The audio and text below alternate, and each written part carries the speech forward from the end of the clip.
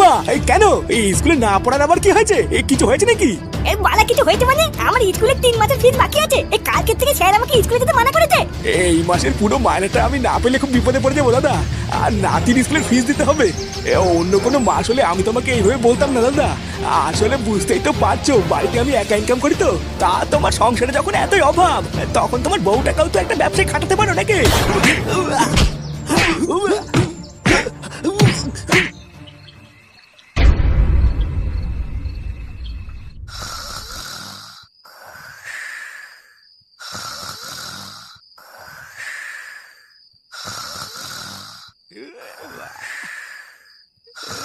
হ্যাঁ বাড়া কেড়ে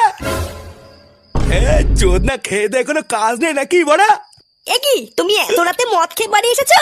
হ্যাঁ ও গিন্নি তুমি এখনো ঘুমাওনি গিন্নি? আরে আমার জীবনের তো গুষ্টির গুদ মারা হয়েই গেছে, এবার কি তুমিও না ঘুমিয়ে নিজের জীবনের গাড় মারবা নাকি? যাও গিন্নি যাও, তুমি কি শুয়ে পড়ে যাও। তুমি সেই সকালবেলায় বেরিয়ে এখন মাঝরাতে ঢুলতে ঢুলতে বাড়ি এসেছো? ঘরে এক ফোঁটাও চাল নেই ডাল নেই, কালকে কি খাবো তার কোনো ঠিক নেই, আর তুমি মাঝরাতে ফুর্তি করে বাড়ি ফিরলে? হ্যাঁ ফুর্তি? আমি ফুর্তির আবার কি করলাম গা? মাগি নিয়ে কি ঢলি করেছি নাকি? এই, বহুদিন মদ খাই না তাই ভাবলাম আজকে একটু খাই, খেয়ে ফেলেছি। এই যাও তো যাও, বাড়া তুমি বেশি মারিও না। ঘরের মাগি ঘরের মাগির মতো থাকো কি যাও। এই কি হয়েছে? কি বললে তুমি আমাকে? হাড়িতে একটাও ভাত নেই, সবাই হাত পে থেকে শুয়ে রয়েছে, আর তুমি মাঝরাতে মদ খেয়ে মাতলামি করছো? মরতে পারো না? মরানো হয় না তোমার? তুমি বেঁচে আছো কেন? হ্যাঁ হ্যাঁ বাড়া মরেই যাবো, ভোদা বাঁচারি ছেলে ওরা আমারও নেই। ভোদা বেঁচে থেকেই বা কি বড় বাল ছিড়ছি, এর থেকে মরে যাই ভালো।